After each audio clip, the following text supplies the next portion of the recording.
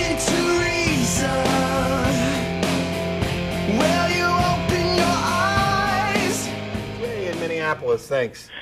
Hi, Matt. I'm happy to finally talk to you. I'm a fan of your show. I've been watching lots of YouTube clips. I've only seen maybe one or two shows in entirety, but and even though I don't always like what I'm hearing on the air, it's like, well, wait a minute, that makes me think. Why should I have a negative emotional reaction? That's probably a good reason I need to look at, say, my own beliefs that much closer, or you know, really think about stuff. And so I'm a fan of the show, despite, you know, having a bit of ups and downs at times. Sure, thanks for saying so, Jay. And by the way, you almost made it through an entire show on hold, because yeah, I noticed that. We let him go on about fruit flies for 25 minutes. Yeah. Before I say any more, I just want to say if my voice gets a little funny or I have a mental lapse, I'm sorry, because I had a head injury years ago, and that's why originally I emailed your show, and they said I should just call in, but I'm not as good on the phone as I am in email, but so I just wanted to mention that. Me neither. Anyway, I'm calling to represent a theistic perspective. I'm a skeptic, and yet I'm a believer, and I hoped maybe you could help cure me of my belief. Okay. Okay. Because there's one thing I love is curing skeptics who think that theism cure is me of my consistent. theistic side. Oh, no. I am a skeptic. I like helping skeptics who think that theism is consistent with their skepticism because they're just wrong. Yeah. But anyway, go ahead, Jay. Okay. Anyway, the problem that I have is I don't know if it's enough to simply disregard evidence that seems to support theism because I don't want something to be true. In other words, I think at times atheists can be prejudiced against information that they should at least consider rather than disregard out of hand. Like in the same way. I agree. I think saying that you want to disregard things because you don't want them to be true, I think that's intellectually dishonest. It's a failure of skepticism and critical thinking, and I oppose it. Yeah, okay, good. Well, we're in agreement then. Well, here's my basic position. I'm a skeptic. I'm still a believer. I've had personal experience, but I'm well aware that I can't prove that personal experience to others. So this is if I talk about stuff, this is the reason that I believe. I don't in any way, shape, or form think that this is a reason you need to believe or even, trust me, because I'm aware I could be lying, I could be exaggerating, I could be mentally ill. Hey, Jay. All those things are possible, so nothing counts as proof for another. I'm just saying, well, this is why I believe myself. Sure, and Jay, if that's the case, okay, you started off by saying that you've had personal experiences that wouldn't count for somebody else, and I agree. Revelation is necessarily first person, and everybody else that's hearsay, that's Hume 101. My question is, why do your personal experiences on their own, why are they sufficient to convince you of the truth of it when you understand that we have all sorts of personal experiences that aren't interpreted in a way that maps to truth? Right. Well, my reason for that is, like I said to the guy on the phone, I don't know whether it's reasonable to disregard the context of certain circumstances. The example I gave on to the handler on the phone was if a person prayed to win the lottery and then say she actually won the lottery, that could be coincidence, an interesting one, but still a coincidence. If she went around to every state in the U.S.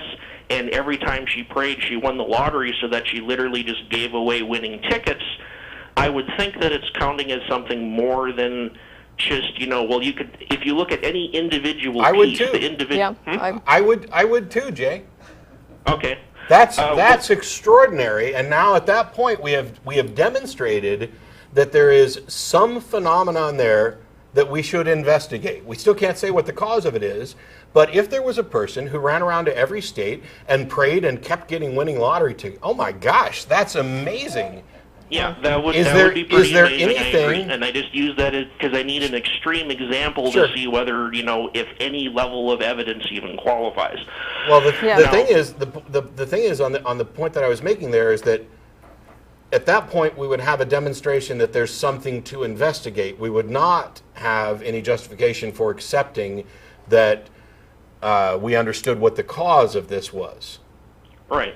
Okay, and I would totally agree with that point, because my personal reasons for believing, are experiences of prayers being answered or seeing prayers being answered where the context matters. Again, this is where I'm having a difficulty, because I'm aware my skeptical mind is fighting against my personal experience. Mm-hmm. And this is, I mean, I'm trying to figure out the best way to put it into words, because I've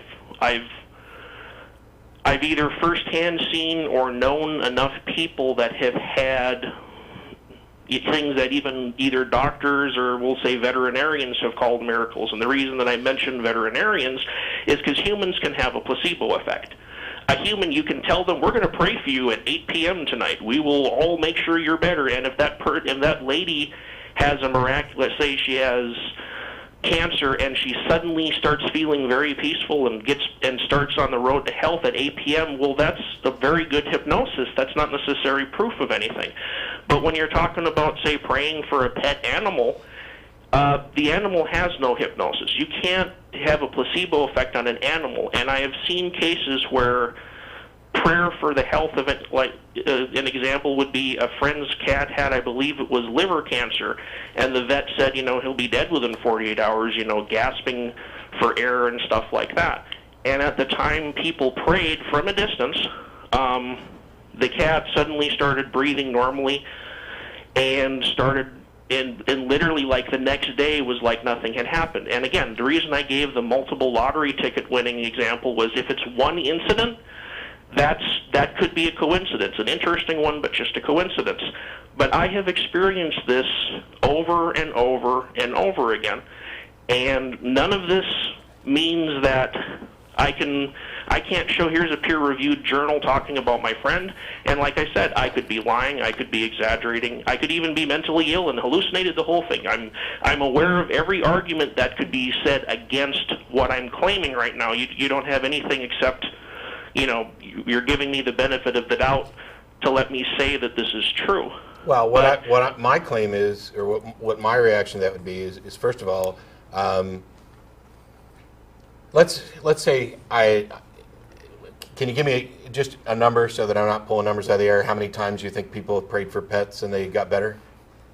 That I personally know of? Sure, and I won't just dismiss the number. I just want a number so I can talk about it. For pets, probably 4. For humans, It's more in the dozens of categories, and it includes some very serious stuff like terminally ill people told they would be dead in 10 days. You can't hear me. It's a problem with the phones. It's not your fault, Jay. There's a problem with the phones where you can't hear if I'm actually talking. So let's say that I had 4 occasions where I knew that a pet was sick or had been told that a pet was sick, and people prayed for it and the pet got better. What can I actually say about that? Well, first of all, I'm not a vet. I didn't examine the pet. I can't rule out the possibility that the vet was wrong. I cannot rule out the possibility of remission. I also am, I don't know that there's been any sort of study into this to show that these particular pets were ill and got better. But let's assume best case scenario. Let's assume that I was in fact a vet and that I had medical documentation of the illness of these animals and somebody prayed for them and I had documentation after that they were better and there were 4 of these. I would have to start by saying, okay, that's cool. Maybe there's something here. How would we go about investigating it? And I'm not exactly sure what the answer would be. But what I do know is that I couldn't possibly believe that we had demonstrated anything causal to believe in until we had done our due diligence in the testing. Right, and that you are kind of in the same, you're theoretical, that's kind of the position where I am right now. As a skeptic, I have to say, some of these could have been flukes, some of these could have been someone exaggerating, but to me, it's like, I've seen so much of it.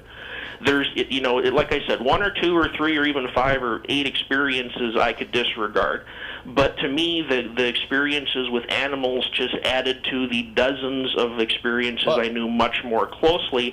And they did, for people, it included people that had documentation before and documentation after of something, you know, where they were literally terminally ill with something, and then afterwards they didn't have any trace of the disease type of thing. And I'm not saying that this proves this means Christianity is real. You know, I've never liked it when people instantly they interpret every miracle as a Christian one. You know, how do you know it wasn't the Muslim spirit? How do you know it wasn't the Jewish spirit that just wasn't prejudiced against your Christian? Jay, I had to put you on hold. I'm sorry. It's the only way that we can get this to work with the phones. So if you're not, what exactly is it that you believe because of this?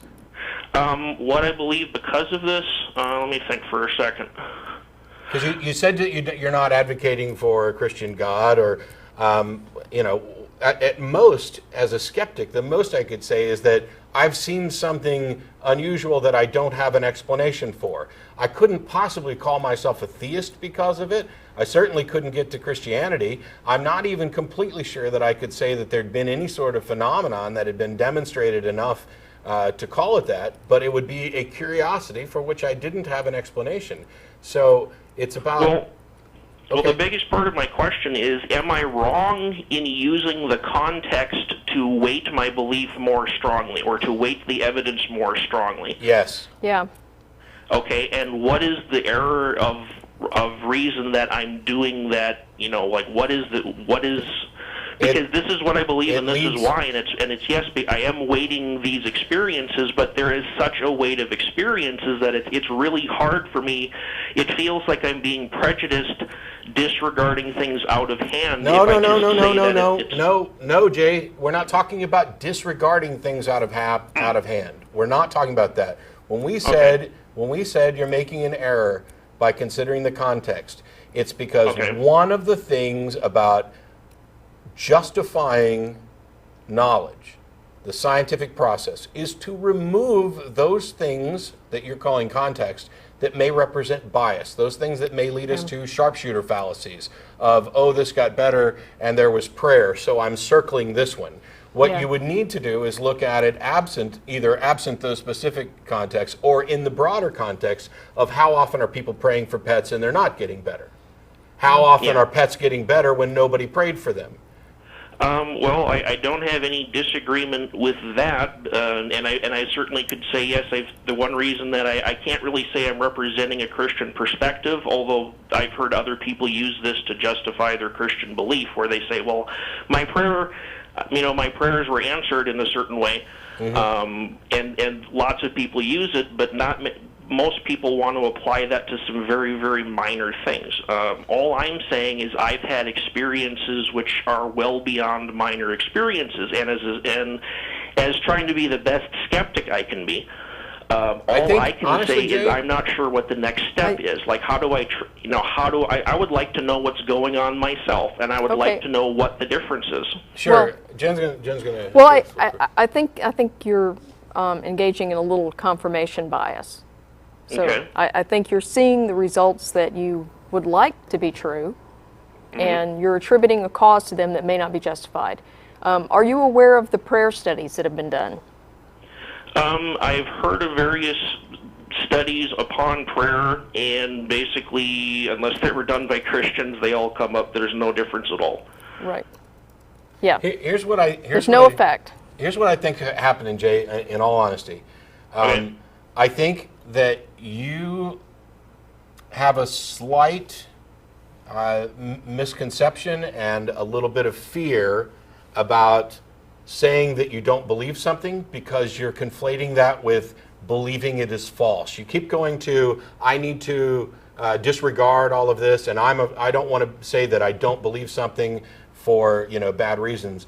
There's a difference between saying I don't believe this is true and saying I believe this is false. And by saying that you simply don't have enough evidence to believe it's true, you are not disregarding the possibility. Atheism, by the way, is not the absolute assertion that there are no gods, that this is impossible. We're not shrugging this stuff off. We're not disregarding anything. We're saying these claims haven't met their burden of proof. And if, granted, I haven't had your individual experience, but if I had, in order for me to remain, intellectually honest and justified in my positions, I still couldn't say, oh, I'm a theist, and I won't stop calling myself a theist until I have much, much better reason. I would have to say, no, I'm an atheist, and this is really interesting, and as soon as we can actually demonstrate that there's something real there, my atheism may change, but we're not at that point yet. Well, that may be where I'm getting stuck in a mental loop because I'm aware of confirmation bias, and I've tried just trying to be conscious of it and saying, you know, let me be as objective about this as possible. Everything I've done that I can think of has been done, and yet I still have that problem that I have all these experiences that at the least are inexplicable. They don't necessarily, that to my mind, they tell me something's going on even if I don't know what it is. Well, yeah, if you're convinced that something's going on but you don't know what it is, congratulations. Yeah. You're an atheist. Well, I mean something beyond what is commonly accepted by science, or possibly even in the peer-reviewed journals. Because one thing about I didn't go much into my own personal background, but what I'm a part of is actually anti-proselytizing, where I'm specifically told not to convert other people. So this is kind of the opposite position of many that think that, oh, okay, I had this experience, now I need to preach to the world. No, this is something that I'm just kind of privately brooding over in my own thoughts, trying to understand what's going on, because if I look at the evidence of other people, there doesn't, everything, they study prayer, it doesn't seem to work for them, and yet I see the evidence of it working for a certain group of people. Now, I'm aware that could mean that it's a very unfair God that only speaks to this one sect or this one group of people. Sure. But I still have all these personal experiences that, I don't know how else to interpret them. Because if I go by, I've talked to atheists before, and they've told me things not dissimilar to this, that they think either, well, maybe the evidence was exaggerated, or maybe there's too many. Well, if you've talked with people, Jay, the problem with all of that is that you're shifting the burden of proof. You're saying, I've talked to atheists before and they've offered me alternative explanations. I'm not going to offer you an alternative explanation. I don't even care if we have an alternative explanation. My point is that we do not have any explanation, and therefore believing that you have an explanation is irrational. Well, wouldn't the position be that prayer actually works under certain circumstances? I mean, it may not be correct. No, why would you think that? How did you determine that prayer works under certain circumstances? How did you come to that conclusion? The examples like I've been given. So have you categorized them and determined what it was about those prayers that was different from the prayers that didn't work? I mean, I could say crossing my fingers works in certain circumstances. Well, I've actually tried to categorize certain things and try and understand why is it working for some people rather than others. And other than they seem to be a part of, a non-mainstream group, I'm not sure what else to tell you. I mean, it seems to work better for others and less for Well, if you figure out what it is, why don't you tell the kids over in Africa that are starving, because I'm sure they'd like to know what prayers would work so they wouldn't starve to death. Yeah, I mean, well, I'd like to be able to say that too, but like I said, it's not a proselytizing version, and that's part of the problem. Well, my thing, Jay, is that you're going through here, and I have no idea what your expertise is, but you're going through and saying, oh, I've tried really hard, and it seems to work for some people better than others. Okay, so take those people that it seems to work for and test them and demonstrate that it actually does work for them. Because if you find out in those people that it seems to work for better, that they don't actually work any better than chance, which is what you would want to demonstrate, then we're back at no phenomenon to test. However, if they do test out better than chance, you could get a Nobel Prize. Yeah. Yeah, well, and I hear the giggling in the background. I'm aware of this, but this is my quandary here. What I have seen is that it does test better than chance. And okay, where's the data? Where have you published this? No, and that's the problem. Why this not? Isn't proselytizing. This is not. No, trying no, to no, no, no. convert the This is world, an. and I meant.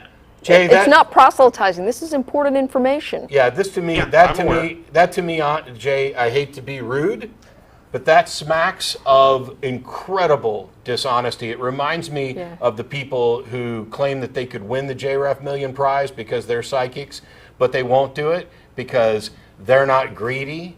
And I'm like, win the $1 million and give it to somebody who needs it. This isn't about proselytizing. This is about truth. If you have demonstrated that there's a process by which people can appeal to something outside of nature and actually get results, and you're not telling people about it, you're a dick. I think that's getting a little mean here. I'm trying to be Hey, honest. it is and what it I is. am acknowledging Jay, the paradox. Jay, if with everything either. Jay, if I had the cure for cancer and said that I wasn't going to go out and telling people and informing people because I didn't want to proselytize, would I not be a dick? Isn't prayer the cure for fucking cancer?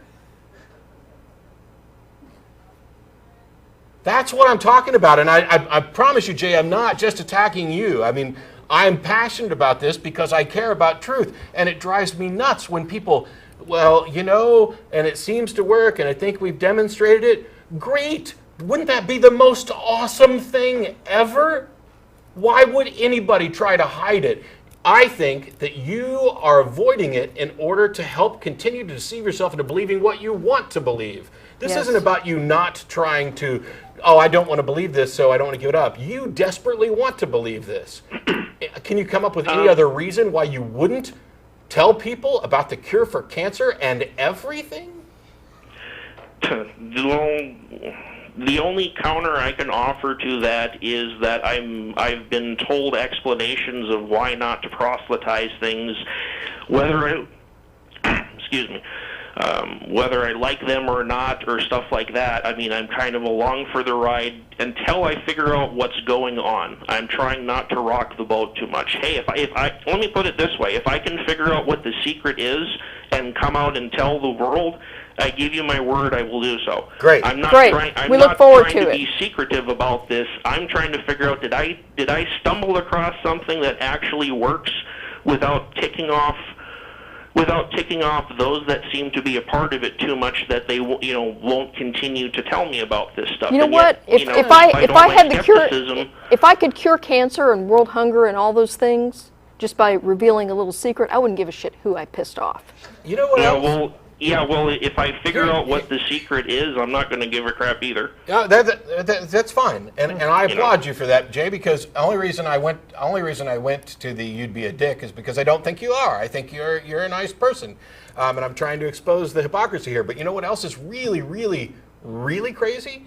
This idea that there's a select group of people who are appealing to some God who will answer their prayers. That there's some secret mechanism here. Isn't that God a dick? I couldn't disagree with you, actually. I've been asking that question since I got involved in this, to be honest. I mean, I thought this seems incredibly unfair that I should somehow stumble across something that actually has some better than zero probability of working, or some group of people that seem to have actually figured out something. Why isn't it available to everyone else? Yeah, I'd encourage you. We're almost out of time, Jay, but I'd encourage you definitely to keep looking at it. I'm going to try and take one more call before the show's over. Thanks so much for calling in, and call us back when you find out more. All right, thanks. Yes. Bye. Thanks.